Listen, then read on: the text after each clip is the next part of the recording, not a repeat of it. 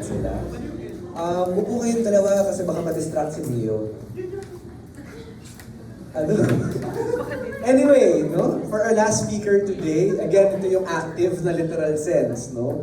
We have with us Herminio L. Gregorio IV. We know him as Mio, an incoming third-year BS computer science student here in UP Diliman.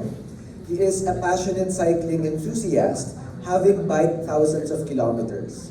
He brings his insights and experiences to the forefront, advocating cycling as a sustainable means of transportation and catalyst for positive change.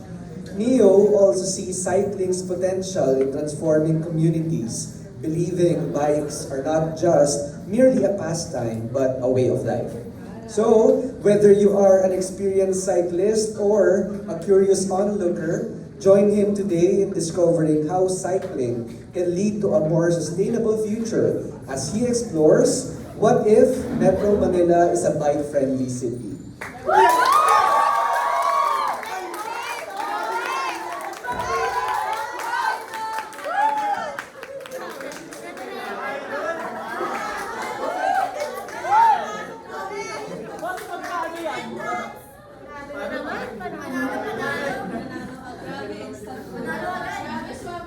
Hi. Okay. Hi. So, alam niyo namang lahat kung ano to. So, let me ask you, ano ang unang salita na pumapasok sa isip niyo kapag nakita niyo to? Anyone? Asian gamitin. Isa pa. Hindi bike-friendly yung lanes. Thank you, Dad.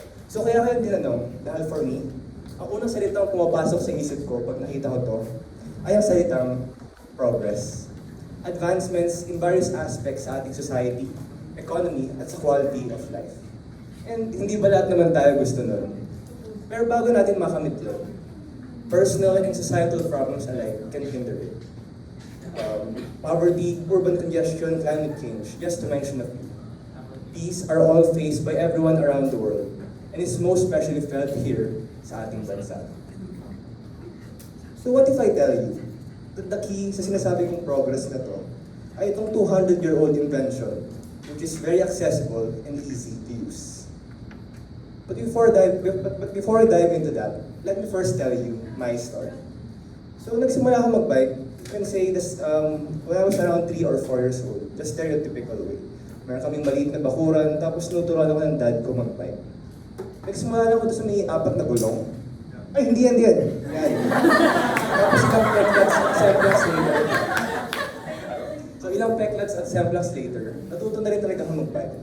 And that's where I had this wonderful feeling na para bang lumaya ako, na na-unlock yung buong mundo right before my eyes. Tapos fast forward naman ng pandemic, di ba naging higpit sa mga intercity travel, nautusan ako madalas kunyari bumili ng ulam or sa palengke. And di ba, I need to go back and forth as quickly as possible. Kasi baka magkasakit ako, di ba? Noon ko ginagamit yung Japanese bike namin sa bahay, yung may basket. To run errands around the house. And this is where I actually began to see and appreciate the value of cycling in my life. And in fact, hindi lang ako nag-iisa dito. Dahil according to the New York Times, it was actually during the pandemic when we saw an increase in the number of cyclists here sa Metro-Manila. Ano ba nakita nila sa pagbabike? Well, I'll tell you kung ano nakita. What I saw is a solution, a key to a progressive and more sustainable future. That's why I've gathered here 5 reasons why I think cycling might just be for you. So the first might be the most obvious one. Yun ay transportation. Ang pagka-commute, that is the bloodstream of our economy. Pero alam naman natin yung traffic conditions natin dito sa Maynila, di ba? Ang lala. According to a 2020 TomTom Traffic Index, metro commuters lost 257 hours to traffic in 2019. That's almost 11 days. Sayang, di ba? In light of this, is why I saw cycling as a reliable and logistically convenient means of transportation. From my experience, it gives me predictable and consistent travel time. Nakwento ko na yata sa inyo to, pero dati, Ay nung bumalik na yung face-to-face classes natin last sem, nakikidorm ako doon sa may bahay ng lola ko sa may Commonwealth, which was around 5-6 kilometers away from here. And nagpabike daw ako pasok. Tapos, let me tell you, na sa daming beses kong pumasok, 7 a.m. class, 5 p.m. class, rush hour man or hindi. Lahat yun, pare-pareha sila actually ng travel time. 13 minutes to be exact. It has been proven that more bikes and less cars on the road help decongest traffic, because bikes makes you independent from any other means of transportation. My second point is that bikes are economic. They are an inexpensive means of transportation. Pag nagpa-bike nga papasok, syempre, walang ginagastos sa pamasahe. Walang ginagastos sa pamasahe. Wala mo naggastos sa pamasahe. Mabilis na sila, tapos libre pa. So saan ka pa talaga? Actually, there's also a kind of bike for everyone, for all budgets and needs. Nung nakita ko, carrier Japanese bikes start at just 3,000 pesos. Portable and space-saving folding bikes start at just 5,000 pesos. And yung mga all-around mountain bikes at just 10,000 pesos. May pang single na, may pang taken pa. Diba? Talagang there's one for everyone.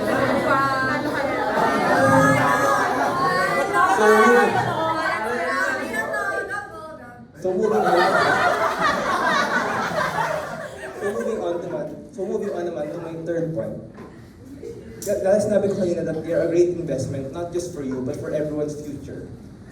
Cycling is good for the environment. The alarming rise of carbon emissions necessitates immediate action. Cycling, as the most eco-friendly and sustainable means of transportation, serves as a direct counter to combat this problem.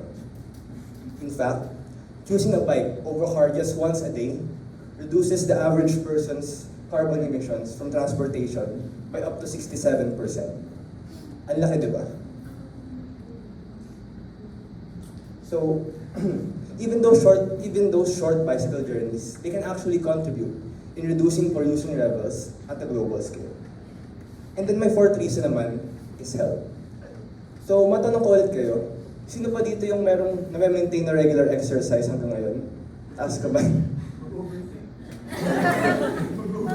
Parang tatlo, apat lang. Sensitive topic ata. Sige. Health because cycling promotes an active lifestyle. In fact, by biking, you burn 600 calories per hour, helping to combat that sedentary lifestyle. Helping to combat that sedentary lifestyle that has now actually become the norm. And beyond the physical naman, cycling is also known to alleviate stress and foster our mental well-being. Noon nga lockdown, orat na ako sa bahay. Tapos, I go out almost every day para mag-bike. It served both as my regular exercise and my stress reliever from a day na nakatitig lang sa laptop, nag-online class at nagko-code. And natry niyo ba mag-bike dito sa loob ng campus? Ano ba? Well, itry niyo, masaya niya talaga. Kaya nga sana bumalik na yung mga bike rental projects natin dito. And now my fifth and last point naman. Cycling is a tool for community building and personal empowerment. By bike, it lets you be more attuned to your surroundings, making you connect with all the people around you. In fact, kapag nagbabike ako, tapos merong mga nakasalubong ng mga ibang nagbabike sa kalsada, we usually ring our bells to greet each other. We even smile and nod. I can say na mayroong special connection that I feel with every other cyclist on the road, a sense of community. And sana, sooner or later, maramdaman ko na rin yan with you guys too. But with all those benefits I've mentioned, I'm sure meron pa rin talaga kayong mga pag-aalinlangan. Ayon nga sa 2021 Institute of Labor Studies, the most common deterrent to cycling ay related sa not feeling safe at yung mga poor road conditions natin dito sa Metro-Manila. Pero keep in mind, na yung pag-develop ng mga bike-friendly infrastructures at policies, yan ay interdependent with people starting to consider cycling as a viable means of transportation. Kung napansin nyo nga, yung pagdami ng mga nagbabike noong pandemic, yun actually nag-pave ng way in the construction of protected bike lanes along major thoroughfares in our country. In terms of safety naman, well, take it from me, na nagbabike sa EDSA, sa C5, sa Commonwealth, and buhay pa naman ako. Pero joke lang. What I'm saying is that biking in Metro-Manila is safe as long as you have the proper gear. At pag sinabi kong proper gear, hindi naman yung kailangan yung mga nakikita niyong magagarbong mga kasuotan. Ang pinaka-importante lang talaga dyan ay helmet. Tapos kung distansya naman yung problema nyo, it has been found that up to 6 to 10 kilometers is a reasonable bike to work distance. Kaya hindi ko naman sinasabi, for example, si Gab na naman. Na mag-bike mula silang hanggang dito papasok. Lawit dila ka talaga nun. But what I'm saying is that people can still integrate it into their lives by blending modes of existing transportation systems. What I think an ideal setup would be is setting bike racks and rental bike services near bus stations, train stations, and jeepney terminals to help ease that commuting experience. Dito naman sa ating spacious and bike-friendly campus, madali sila pang dito-dito lang, especially when you need to go from building to building. Kunyari, gusto mo pumunta ng A to, di ba? Natamad ka maglakad siya, mag-jeep, mag-bike ka. Explore our campus, or explore our beautiful campus on 2 wheels. And finally, to give you a clearer picture on what a place that has given itself up to cycling looks like, let me show you this. This is actually a biker's heaven. Ito yung Denmark and the Netherlands. Which, kung di nyo alam, sila yung ranked as the most bike-friendly countries in the world. Pero sila din yung most developed, most eco-friendly, and the countries with the lowest levels of stress. Coincidence? Kaya what's stopping us from following into their footsteps? What's stopping Metro-Manila from being a bike-friendly megacity? And more importantly, what's stopping you from hopping on a bike, helping to build that healthier, happier, and more sustainable and more prosperous community?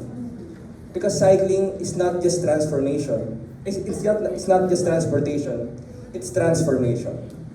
All of us can effectively work towards progress simply by pedaling forward. At kapag na-realize natin ito, saka natin makikita that a progressive and sustainable future can be as easy and simple as riding a bike. Thank you.